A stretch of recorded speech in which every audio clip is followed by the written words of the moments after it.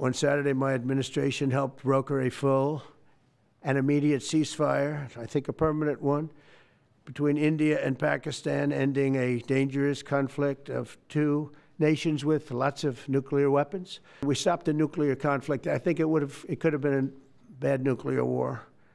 Millions of people could have been killed.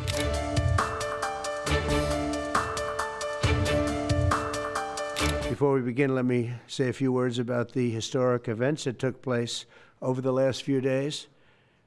On Saturday, my administration helped broker a full and immediate ceasefire, I think a permanent one, between India and Pakistan, ending a dangerous conflict of two nations with lots of nuclear weapons. And they were going at it hot and heavy, and it was seemingly not going to stop. And I'm very proud to let you know that the leadership of India and Pakistan was unwavering, powerful, but unwavering in both cases, and having these, they really were, from the standpoint of having the strength and the wisdom and fortitude to fully know and to understand the gravity of the situation. And we helped a lot. And we helped also with trade. I said, come on, we're going to do a lot of trade with you guys. Let's stop it. Let's stop it. If you stop it, we're doing trade. If you don't stop it, we're not going to do any trade. People have never really used trade the way I used it. That I can tell you. And all of a sudden they said, I think we're going to stop. And they have. And they did it for a lot of reasons, but trade is a big one. We're going to do a lot of trade with Pakistan. We're going to do a lot of trade with India. We're negotiating with India right now. We're going to be soon negotiating with Pakistan. And we stopped the nuclear conflict. I think it could have been a bad nuclear war. Millions of people could have been killed. So I'm very proud of that. I also want to thank Vice President Vance and Secretary of State Rubio for their work and efforts. They worked very hard on that. We also, as you know, created a situation where the Houthis, for the first time ever, have ceased firing, and they've let it be known that they're not going to be firing at American ships anymore, not going to be firing at Americans anymore. This was a heavy barrage that lasted for approximately 50 days. And as you know, they've been in war essentially for forever. But over the last 10 years, they've been very difficult for other countries. Nobody was able to do what we did. But they stopped, and we take their word for it. Their surrogates and them directly said, we don't want to do this anymore. And so we were satisfied with that.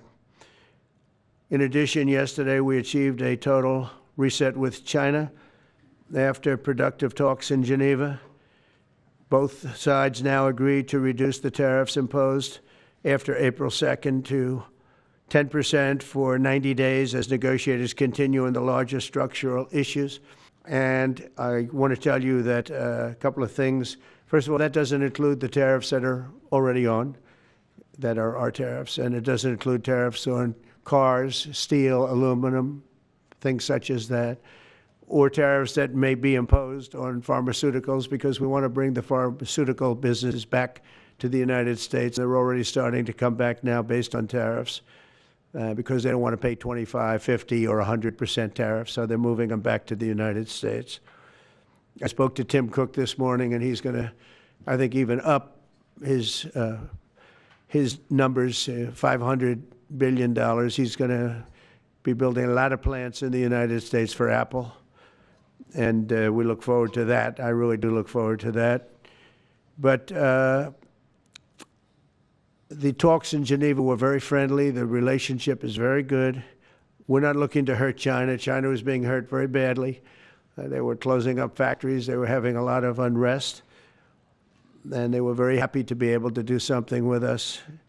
And the relationship is very, very good. I'll speak to President Xi maybe at the end of the week. We have some other things we're doing. But one of the biggest things that we're doing, and I don't know if people realize this, but we made a great deal with China, a great trade deal. But it was a much bigger deal originally, and then they canceled it right in the last day. Some of you faces I remember were there when that happened. I remember you. And we had a deal where they opened up their country to trade with the United States. And they took that away at the last moment, and then I canceled the whole thing. And then 6 months later, we ended up doing a smaller deal. But it was a big deal. It was $50 billion worth of product that they were going to purchase from our farmers, et cetera. And we agreed to that. People thought it was 15 because they were doing 15. We made it 50 because I misunderstood the 15. I said, you got to get 50. Because when I asked, if you remember the story, when I asked, what are we doing with them? My Secretary of Agriculture at the time, Sonny Perdue, said, sir, it's about 15 billion and we're asking for 15. And I thought he said 50. So I said, so they came back with the deal at 15. And I said, no way, I want 50 because you said 50. They said, sir, we didn't say that. Anyway, bottom line, I said, go back and ask for 50. And they gave us 50.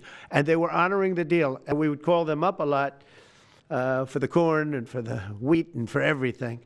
They were honoring the deal. And then when Biden got in, they no longer honored the deal. There was nobody to call. I would call on an average of once every 2 weeks to say, come on, you have to speed it up a little bit. And our farmers were doing great. I said to them, buy more land and bigger tractors, if you remember. That's what happened. But the deal was a very good deal. But the best part of the deal was that we opened up China. China agreed to open itself up to American business to go in. And it would have been a great thing, I think, for China. They would be able to see things that they haven't seen. They would be able to buy products that they had never been able to buy. Would have been great for American business. I think it would have brought unity between China, better unity between China and the United States. And the bottom line is that they canceled it the last day. We were all set to sign it, and then I went a little bit angry. I got a little angry. I said, they canceled the deal. The deal was done. It was all ready to be signed, and people went over. They came back to me, sir, they don't want to sign the opening up China. Well, the biggest thing that we're discussing is the opening up China, and they've agreed to do that, but it's going to take a while to paper it. You know, that's not the easiest thing to paper.